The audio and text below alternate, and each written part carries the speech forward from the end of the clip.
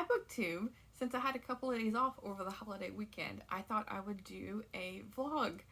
I've been meaning to do vlogs for quite a while now, so I'm like, why not go ahead and give me that push before my, again, stay it with me now, the big vacation I have coming up that I mentioned on every single video. I'm like, let me start practicing filming vlogs before that. But when I was going through the clips, I realized that none of the clips included me. They're all like out and about things, and so I thought I would do a recap and then just insert the clips as I go along here. So Friday I didn't get anything filmed because it was a very low-key day. I was tired and I went to the bookstore to unhaul a gigantic pile of books, so did anything there.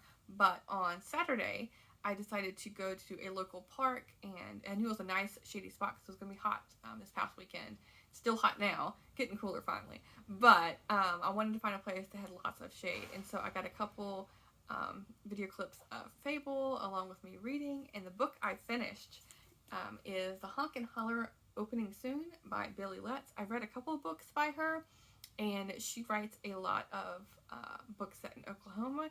This one fits that bill as well, and it's about a really small town with a even smaller diner where the main character, he is back from the war and is wheelchair bound, so he's like really just confines himself to the diner and does not leave it for any reason, and his associate is dealing with her own struggles because she's a single mom who her child is 17 and she's not 18 yet, but she has been out of the house for a number of years at this point, so she's kind of constantly fighting the struggle of wanting to be the parent and lead her daughter in the direction she wants, and while the daughter has her own mind made up of she wants to become a famous country singer and she's out traveling the world, and so like you have that tension there.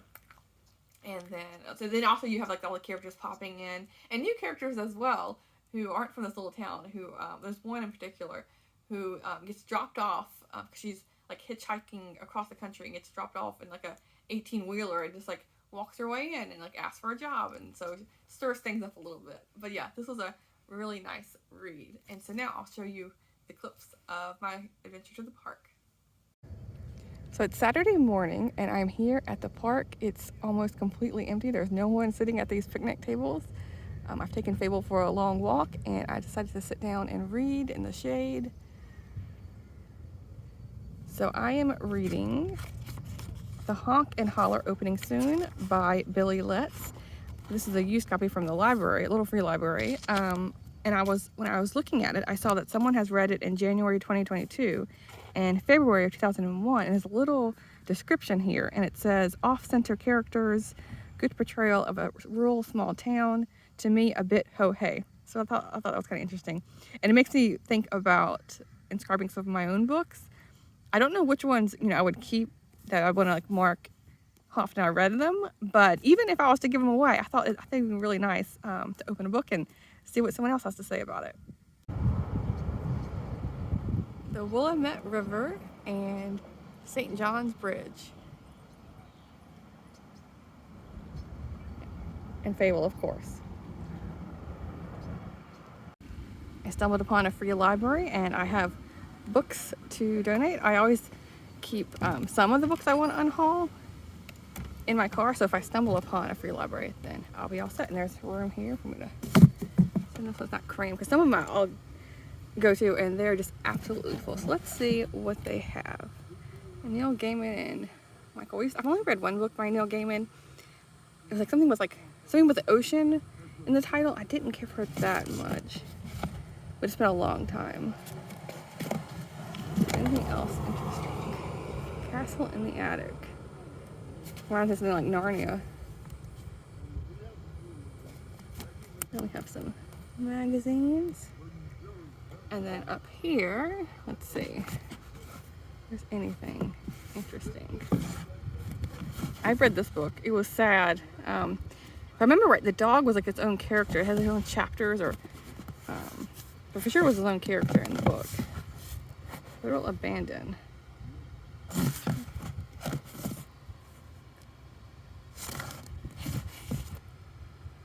Joyce Carol Oates. I've read one book by her with the vampire. You can tell I'm really good at titles. I can't remember the name of this one, but this one, it says it's a psychological, it's spookiness, visceral, psychologically involving, and socially astute. So this one sounds good. I'll get that one. And nothing else is catching my eye. But I like picking one and then donating a bunch. That way my ratio is not 1-to-1. On Sunday, I decided to mix things up a little bit and read a quick book. This is Say Cheese and Die by R.L. Stine, one of the Goosebumps books. This is number 4. I've only read, I think, one other Goosebumps book, and so this might be my second or third. I don't know. This one, even though I like the premise of it, it bored me. It's so short. It's what, like 100-something pages, like 130 pages, but it didn't compel me to read it. And I know I'm not the demographic audience for this book, but the story is about a group of friends who they find a camera in a secret compartment in a like spooky house, and the camera is doing weird things. For example, if you take a picture of me, like you have me, background of the books, but when the film is developed from this camera, you don't see this background or me sitting like this. Like you'll see me bruised and banged up or whatever. So like they can't figure out if the camera is showing, like telling the future, what's going to happen to these people that the camera's capturing when you take a picture, or if it's like causing the evil things to happen. So that's the gist of it. But yeah, it was cute. It was okay. But I don't know if I'll read any more Goosebumps book, but at least I gave them a try. But yeah, I do like the cover. It has very like summer vibes. And speaking of summer vibes, it was again hot, as you would expect in July. Even though we've been getting lots of cooler weather in June. But so since it was so hot, we decided to take Fable to a park that has a river, so she can go swim and enjoy herself and cool off. So I'll show you those clips now.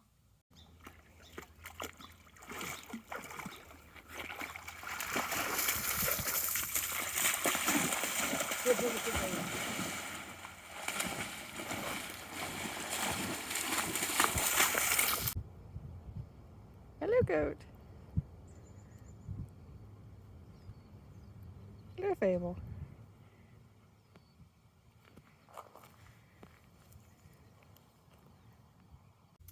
Monday morning, I decided to read the complete cartoons of The New Yorker. Well, read a little bit of it at least to get started. It's really hefty and unwieldy. Thank goodness I didn't purchase a hardcover.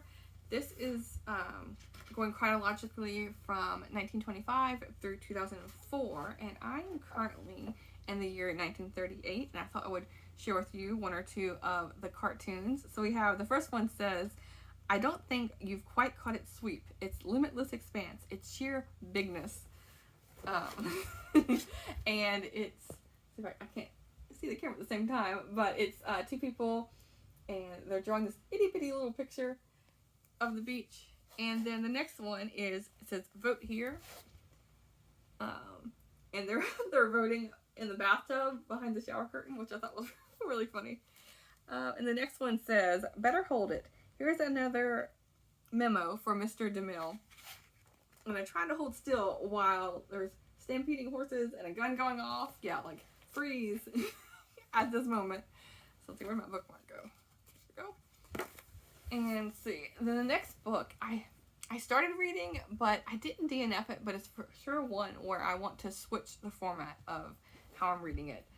And that is Tress of the Emerald Sea by Brandon Sanderson. It's a really pretty book. I got around like 3 chapters in, but it really felt like the author was sitting beside me telling me the story, and so that was very distracting. I couldn't ever sink into the story because he was constantly like, "Oh, did you see that? Oh, what'd you think of this? Oh, isn't that funny?" Those not those exact comments, but you get what I'm saying. So I think the audiobook would be much more suited for this story, and I would just then flip through the pictures afterwards. So like there's really pretty artwork sprinkled all throughout. I'll show you, so I can find another one to show you. Like glossy pages. So yeah, that's how I'm gonna try and consume the story. And when I get to the audiobook, I don't like it, then I can always just go back to the hardcover here. So let's see. After that, we decided to go to the Arboretum. It's like a local place where there's like different areas you can go to. So like I always try to go to the Redwood area, which it's a really pretty. There's a pretty observation deck, and there's different areas you can go to. Like there's Magnolia, like Magnolia Lane, and there's fir and oak, different sections with different trees. But then there's also like meadows with a bunch of flowers and whatnot. So I will share the clips with you now. Redwood trees.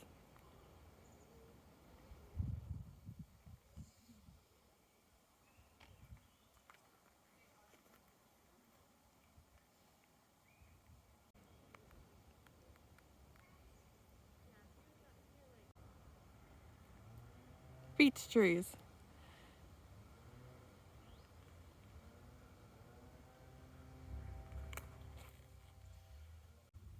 Tuesday was a very low-key day. I didn't film anything because I was mostly sitting and reading, and I finished Lady Rancher by Gertrude Miner Roger.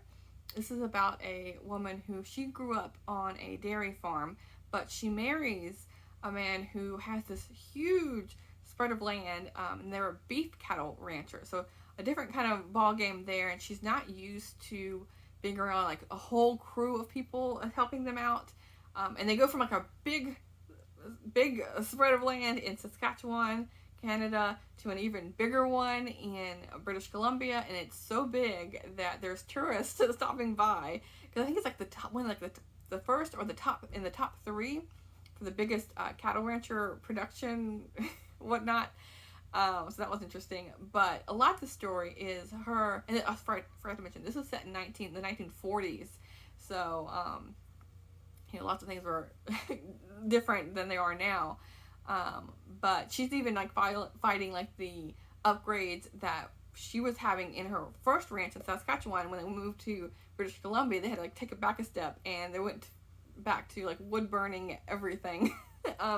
But she is constantly kind of fighting it, but trying to constantly prove herself that she is worthy of being on this ranch and standing up to a husband who's like very competent because he grew up all of his life on this ranch, and then in particular his father, who was the kind of like the idea man behind all of this, who got this whole thing started back in the late 1800s. And so he's not easy to please or whatnot, and so she's like kind of butting heads with him and learning to adapt to this whole new lifestyle. And then along the way, she's raising a family and things like that. And so yeah, this was a really cool story. And then it was very innovative because the husband, like I said, this is 1940s, but he decides that he's going to become a pilot and use the airplane to be able to see, because it's gigantic spread of land. So he's like, instead of like driving or taking a horse way over here to see what these cattle are doing, he can fly over, get a quick observation, and then know and pinpoint where he needs to send his cowboys to help out. So yeah, it was really interesting. So yeah, that was my holiday weekend. I'm happy that I did this vlog to kind of in preparation for my big trip, and like this way I kind of know I need to talk about what I'm reading and like get in front of the camera along with the nature clips. But yeah, it was a lot of fun, and I'm happy to share my weekend with you. I'll talk to you soon. Thanks, BookTube.